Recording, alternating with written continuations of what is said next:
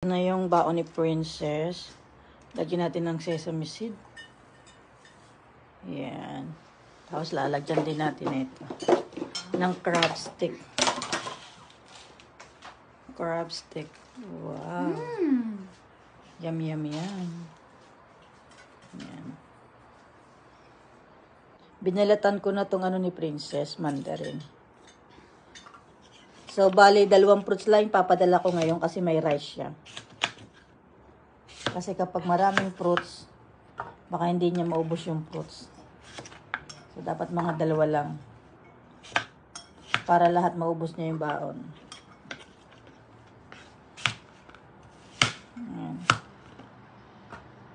2 fruits lang, okay na.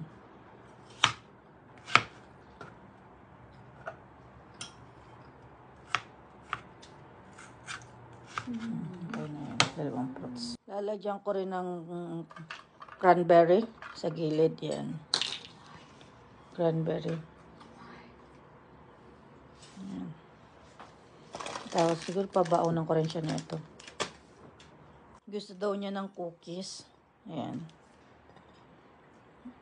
Cookies. So pinadalan ko siya ng cookies. Siguro mga 4 okay na yan. May sinasabi si Princess. Ano yung cookies na yan? From where? Wala.